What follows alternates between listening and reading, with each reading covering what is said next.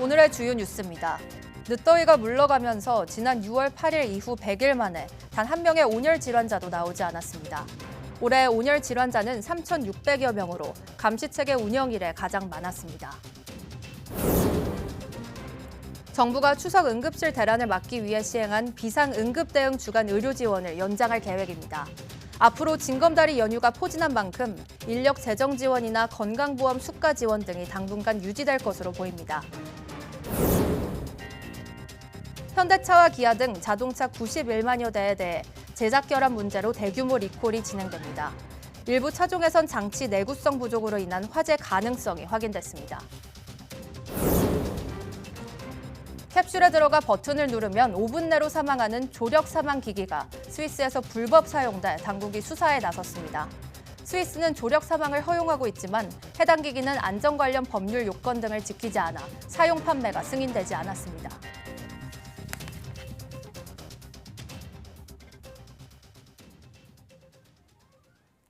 여러분 안녕하십니까? 9월 25일 사이언스 투데이입니다. 날이 선선해지면서 온열 질환자가 100여일 만에 한 명도 발생하지 않은 것으로 나타났습니다. 질병관리청 온열질환 응급실 감시체계 자료를 보면 지난 23일 전국에서 온열 질환자는 한 명도 나오지 않았습니다. 이는 지난 6월 8일 이후 처음으로 올해는 늦더위까지 기승을 부리면서 추석 연휴 마지막 날이던 지난 18일까지 폭염특보가 내려지기도 했습니다. 올해 온열질환 감시체계가 가동된 5월 20일부터 지난 23일까지 발생한 온열 질환자는 모두 3,683명이며 하루에 가장 많은 환자가 나온 건 지난달 3일로 183명을 기록했습니다. 올해 온열 질환자는 지난달 19일 이미 누적 2,890명을 기록하면서 온열질환 감시체계 운영이 시작된 2011년 이후 두 번째로 많은 환자가 나왔습니다. 온열질환 감시체계는 오는 30일까지 운영됩니다. 지구온난화로 영구 동토층 해빙이 가속화되면서 북반구 극지역의 산불이 더욱 증가하고 피해가 커질 것이라는 분석이 나왔습니다. 기초과학연구원 연구진은 대규모 기후 모델 시뮬레이션 자료를 토대로 지구온난화 가속화에 따른 산불 증가를 예측했습니다. 자연적 요인에 의한 기후변화와 인간 활동에 의한 영향을 구분하기 위해 IBS 슈퍼컴퓨터 알레프를 이용해 동일 조건의 온실가스 배출 시나리오 자료 50개를 선택 후 분석했습니다. 그 결과 21세기 중후반에는 북반구 극지역에 약 50%가 급격한 영구 동토층 해빙이 발생할 것으로 확인됐는데 연구진은 이러한 현상이 토양 수분을 급격히 감소시켜 궁극적으로 산불 피해가 증가할 것이라고 내다봤습니다. 2학기가 시작됐지만 여전히 의대생들은 학교로 돌아오지 않고 있습니다. 유급을 방지하기 위해 대학들은 2학기 등록금 마감 시한을 못 박지 않는 등 여러 방법을 찾고 있지만 백약이 무효한 상황입니다. 염혜원 기자입니다. 개학한 지 한 달이 넘게 지났지만 전국 40개 의대는 여전히 텅 비어 있습니다. 전체 19,300여 명 가운데 학교에 나온 학생은 548명뿐입니다. 절반이 넘는 22개 학교는 출석한 학생이 10명도 채 되지 않습니다. 아예 한 명도 나오지 않는 학교도 7곳이나 됩니다. 의대생들이 계속 학교에 나오지 않으면 당연히 유급 처리됩니다. 만약 휴학 의사를 밝힌 학생이 2학기 등록금도 내지 않으면 유급을 넘어 제적될 수도 있습니다. 이 때문에 교육부는 2학기 등록을 학기 말까지 미룰 수 있도록 하는 등 탄력적 학사 운영 방안을 마련해 의대생들의 복귀를 독려했습니다. 실제 전체 의대 가운데 24곳은 등록금 납부 기한을 정하지 못했고 6개 대학은 학년 말까지로 연장했습니다. 납부 기한을 정한 곳은 10곳뿐입니다. 학사에 대한 부분뿐만 아니라 사실은 학생들이 돌아오시기만 한다면 등록금에 대한 부분이나 장학금에 대한 부분이나 학자금에 대한 부분이나 이런 것들까지도 다 포괄적으로 걱정하지 않으시고 돌아오실 수 있도록 나름대로 정말 최선을 다해서 지금 이렇게 마련을 했습니다. 그런데도 현재 전국의대 2학기 평균 등록률은 3.4%에 그치고 있는 상황. 정부가 의대 특혜라는 비판까지 감수하며 학사와 성적, 등록까지 모든 걸 뒤로 미뤘지만 의대생들이 돌아올 기미는 여전히 없어 보입니다. YTN 염혜원입니다. 추석 명절 비상응급대응 주간 마감을 앞두고 정부가 응급의료 체계 유지를 위한 지원을 연장하기로 했습니다. 보건복지부는 어제 응급의료 현황 설명 자료를 통해 개별 응급실 1:1 전담관 운영과 인력 채용 재정 지원, 건강보험 수가 지원 등을 검토를 거쳐 사업마다 연장 기간을 정할 계획이라고 밝혔습니다. 앞서 보건복지부는 연휴 기간 한시적으로 시행한 권역, 전문, 지역 응급의료센터 전문의 진찰료 가산과 중증 응급수술 가산 등 수가 지원의 기간 연장을 검토한다고 밝힌 바 있습니다. 건강보험 수가 지원의 경우는 오는 26일 열릴 건강보험정책심의위원회에서 논의한 뒤 결정할 예정입니다. 또 의사와 간호사 등 의료 인력 추가 채용을 위한 월 37억 원가량의 재정 투입 연장 여부도 결정할 방침입니다. 이와 함께 응급실마다 지정한 전담관도 국군의 날과 개천절, 한글날 등 징검다리 연휴 등이 있는 만큼 당분간은 유지할 계획입니다. 캡슐에 들어가 버튼을 누르면 5분 내로 사망하는 조력 사망 캡슐이 현행법 위반 논란 속에 스위스에서 처음 사용됐습니다. 현지 당국은 관련자들을 자살 방조 혐의 등으로 체포하고 수사에 착수했습니다. 박영진 기자가 보도합니다. 사람 한 명이 들어가 누울 수 있는 크기의 캡슐. 한 남성이 들어가 눕고 문을 닫습니다. 5년 전 네덜란드에서 개발된 조력 사망 캡슐 사르코는 지난 7월 스위스에서 공개됐습니다. 조력 사망은 치료 가능성이 없는 환자가 직접 약물을 투여하는 등의 방법으로 스스로 죽음을 맞는 것을 의미합니다. 환자 스스로 약물을 사용한다는 점에서 안락사와 구분됩니다. We're not telling you where, we're not telling you when, and we're not telling you who, because that could put the death of the person who wants to use the Sarco at risk of her or his death becoming a media circus, and we're not going to do it. 캡슐에 들어가 버튼을 누르고 30초도 안 돼 공기 중 산소량이 뚝 떨어지고 질소 농도가 짙어지면서 죽음에 이르게 됩니다. They're now breathing totally oxygen devoid air. Within 2 breaths of air of that low level of oxygen, they will start to feel disorientated, uncoordinated, slightly euphoric before losing consciousness. 현지 시간 23일 스위스 샤프하우젠주의 숲속에서 60대 미국 여성이 이 캡슐에 들어가 사망했습니다. 하지만 이 캡슐은 스위스에서 사용 승인이 나지 않은 상태로 가동됐고 스위스 당국은 관련자들을 체포해 자살을 방조하고 선동한 혐의로 형사소송 절차를 밟고 있습니다. 스위스는 조력 사망 허용 국가로 지난해에도 1,200여 명이 조력 사망을 택했지만 이 캡슐은 판매 사용을 승인하지 않고 있습니다. 안전 관련 법률 요건을 충족하지 않았고 질소 사용을 규정한 현행법에도 어긋난다는 이유에서입니다. 하지만 조력 사망 캡슐 공개 행사를 열고 스위스 도입을 추진한 단체는 스위스에서의 사용에 법적인 문제가 없다는 입장입니다. YTN 박영진입니다.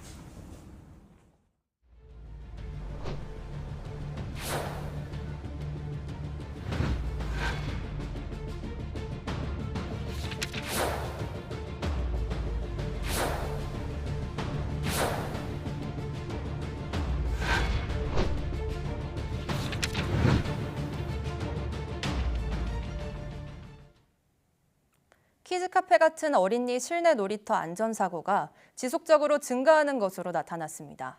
한국소비자원은 지난해까지 5년간 소비자 위해 감시 시스템에 접수된 키즈카페 관련 안전사고가 총 1,205건으로 집계됐다고 밝혔습니다.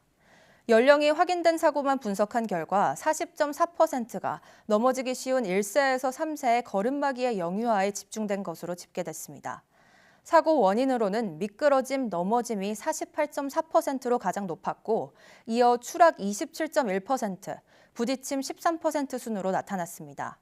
또 사고 기구는 트램펄린이 370건으로 가장 많았고 트램펄린에서 넘어지거나 추락하면서 팔이나 다리에 골절상을 입는 경우도 144건이나 되는 것으로 조사됐습니다. 한국소비자원은 영유아가 키즈카페 등 시설을 이용할 때 항상 보호자가 감독할 것과 이용 전 놀이기구별 안전수칙을 아이에게 지도할 것을 당부했습니다.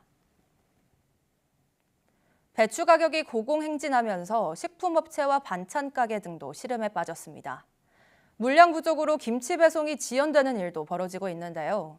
정부가 오는 27일부터 중국산 배추를 수입하며 공급량을 늘리기로 했지만 효과는 미지수입니다. 오동건 기자가 취재했습니다. 김치부터 배추가 들어간 반찬을 파는 반찬 가게는 금배추에 직격탄을 맞았습니다. 처음 본 금액이었고요. 거의 한 세 포기 한 망에 거의 한 7만 원 막 이 정도까지 갔었으니까 이제 손님분들한테 죄송할 정도로 금액이 좀 많이 올라가지고. 농산물 유통정보 사이트에서 배추 가격은 한 포기에 9,321원, 지난해 평균치보다 50.5%가 오른 것으로 조사됐지만 정부의 할인 지원이 닿지 않는 도매점이나 전통시장에선 훨씬 비싼 가격에 팔리고 있습니다. 정부의 할인 지원에서 빠진 배추입니다. 이 배추 최상품인데요. 한 포기의 가격이 2만 원입니다. 이 때문에 김치를 판매하는 식품업체도 제품 생산을 멈추거나 물량을 확보하느라 배송이 늦어지고 있습니다. 현재 배추 수급이 어려워 종갓김치의 출고가 지연되고 있습니다. 앞으로 점차 상황이 나아져 가을 배추가 본격 출하되는 10월 중순 이후 배추 수급이 정상화될 것으로 예상됩니다. 준고랭지 배추가 출하되는 10월 중순까지 버텨야 하는 상황. 정부는 중국산 배추 수입을 늘리기로 했습니다. 27일 날 초도 물량을 하고 다음 주에 조금 들어오고 중국도 저희처럼 조금 그 동북 삼성이라든지 이런 쪽이 고온으로 배추 작황이 그렇게 좋지는 않은 상황입니다. 그쪽 상황들 보면서 공급 물량들을 조금 확대할 계획입니다. 중국산 배추는 외식업체와 식자재 업체, 수출 김장업체에만 공급될 예정이지만 알몸 김치 사건 등으로 중국 김치에 대한 소비자들의 부정적인 시각이 워낙 강해 소비로 이어질지는 미지수입니다. 위생상도 훨씬 안 좋고 그리고 우리가 믿을 수가 없다는 게 모든 사람들의 공통된 인식이니까요. 그래서 절대 안 사 먹을 것 같아요. 또 가을 배추가 자라는 10월 날씨가 어떻게 변할지도 알 수 없어 김장철 배추 가격 안정을 확신하긴 어려워 보입니다. YTN 오동건입니다. 배추값 폭등에 정부가 2년 만에 중국산 배추를 수입하기로 결정했지만 역시 가장 우려되는 건 안전한지겠죠. 전문가의 분석은 어떨지 들어보겠습니다. 지금 중국산 배추라고 하면 과거에 중국산 김치가 그 알몸으로 들어가가지고 배추를 절이는 장면이 보도가 되면서 중국산 배추까지 덩달아 좀 신뢰도가 하락이 돼서 우려하는 시청자분들도 많이 계실 것으로 알고 있습니다. 그런데 지금 정부에서 수입하는 배추 같은 경우는요, 가정용으로 풀리는 것이 아니고요. 외식업체나 식자재 업체, 그다음에 김치 수출업체 등에 공급이 될 예정입니다. 그러면 거기서 국산 배추를 덜 쓰게 되니까 국산 배추가 그만큼 가정용으로 공급이 될 예정입니다. 그래서 좀 가정용 배추 가격 안정에는 일정 부분 기여할 것으로 보고 있습니다.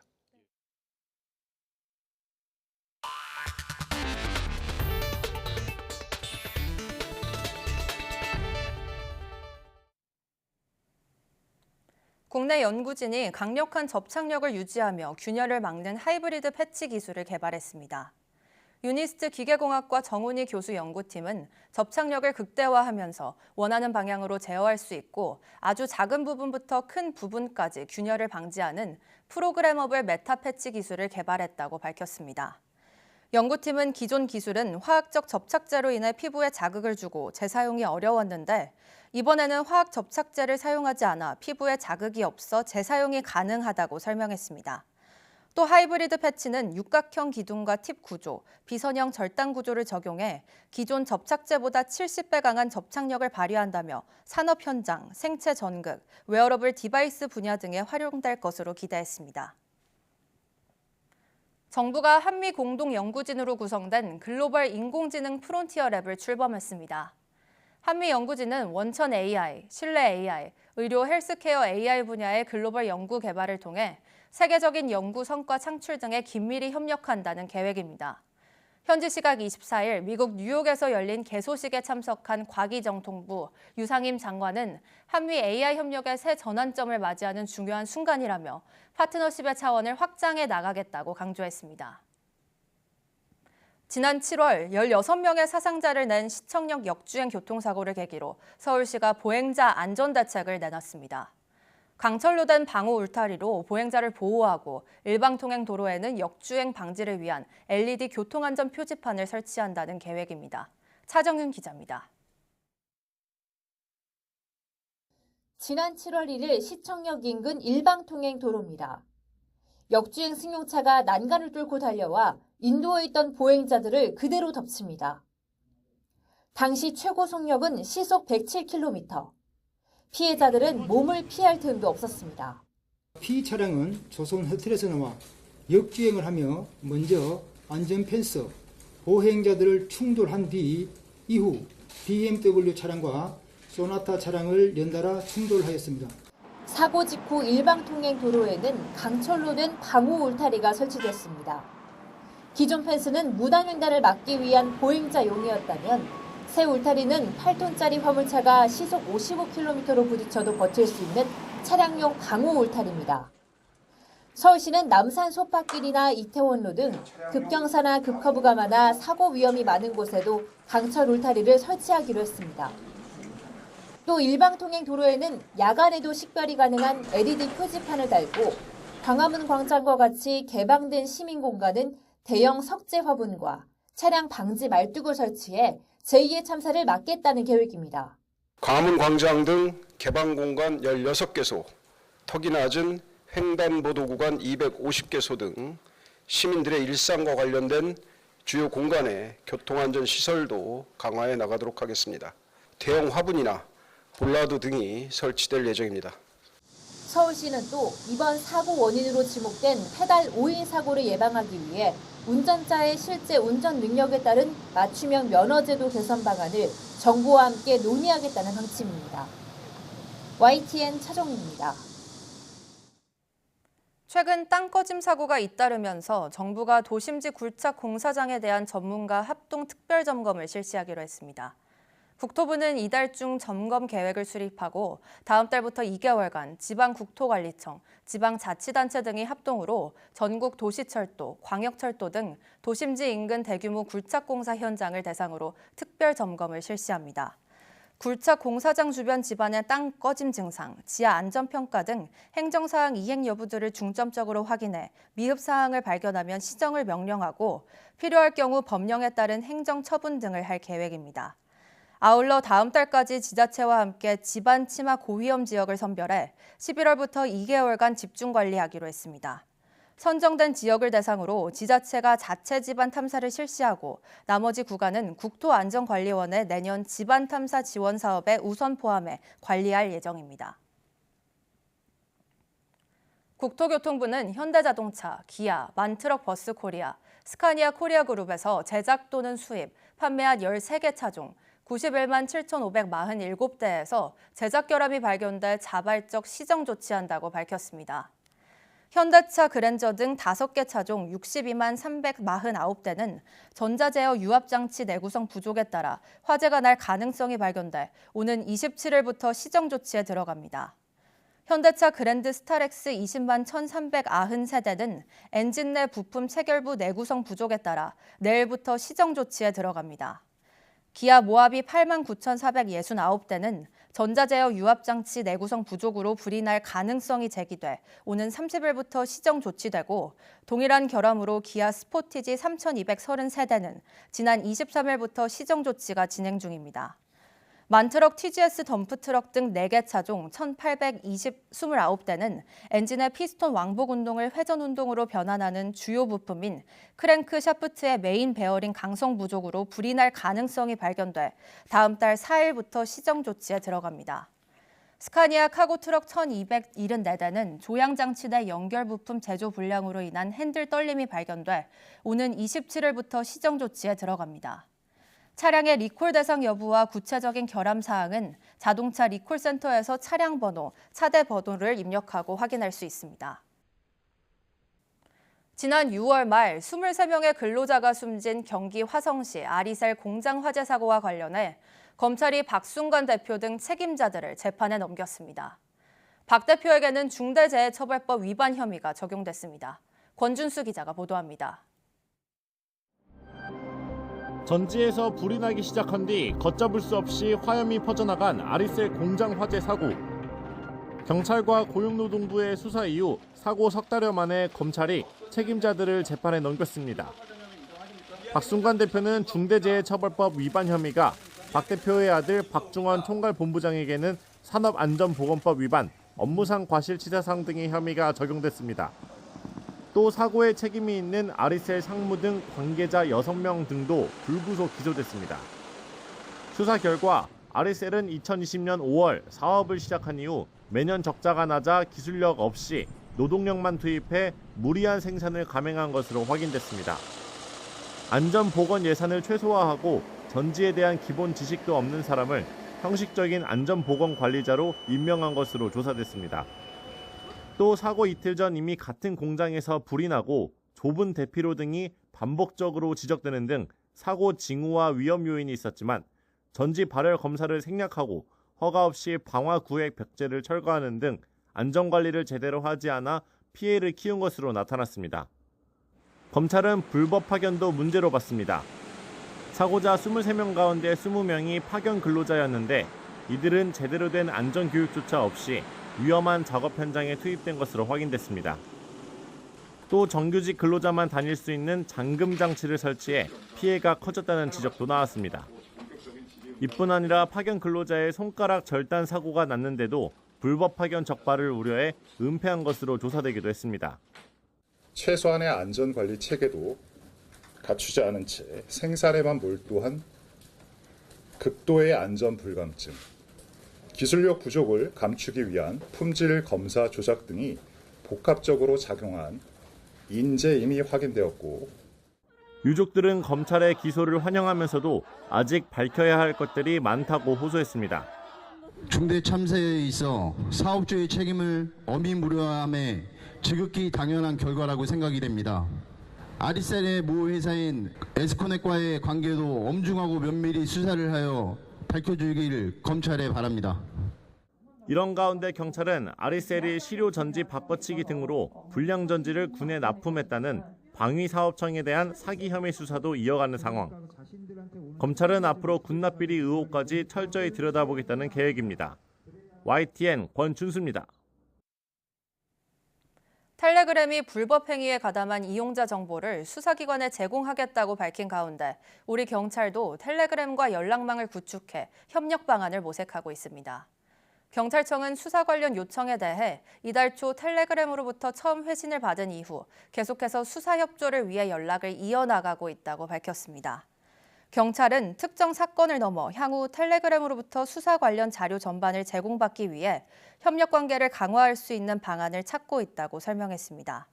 앞서 경찰은 텔레그램 범인을 상대로 입건 전 조사에 착수했습니다. 프랑스에서도 CEO 파벨 두로프를 한때 구속하는 등 형사 절차에 들어갔는데 두로프는 최근 이와 관련해 나쁜 행동을 하는 소수의 이용자가 서비스 전체를 망치게 하지 않겠다며 수사 정보를 각국에 제공하겠다는 뜻을 밝혔습니다. 대규모 미정산 사태를 일으킨 티몬과 위메프의 모 회사인 싱가포르 전자상거래 업체 큐텐의 판매 활동이 중단됐습니다. 싱가포르 통화청은 지난 23일자로 큐텐의 결제 서비스 중단을 명령했다고 현지 언론이 보도했습니다. 통화청은 큐텐의 전자상거래 플랫폼 운영이 금지된 것은 아니지만 현재 소비자가 결제할 수는 없다고 설명했습니다. 또 정산 지연과 관련해 큐텐이 일부는 해결했지만 처리되지 않은 것도 있다며 결제 서비스를 계속 허용하면 더 많은 판매자가 미정산과 손실 위험에 노출될 수 있다고 덧붙였습니다. 싱가포르 당국에는 지난 4월부터 큐텐에서 상품을 판매하는 업체들의 정산 지연 관련 민원이 여러 건 접수돼 경찰이 수사에 나섰습니다. 지난달 직원 80%를 정리해고한 것으로 알려진 큐텐은 이번 판매 중단 조치로 사실상 운영이 중단됐습니다.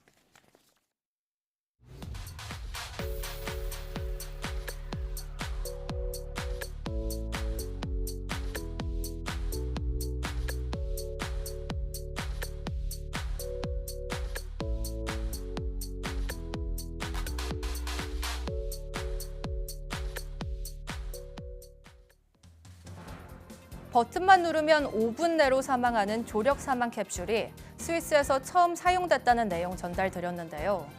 조력 사망은 치료 가능성이 없는 환자가 직접 약물을 투여해 스스로 죽음을 맞는 방식으로 의료인이 약물을 처방하고 환자가 투약하는 안락사와는 차이가 있습니다.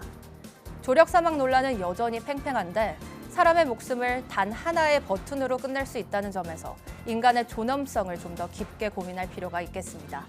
뉴스 마칩니다. 고맙습니다.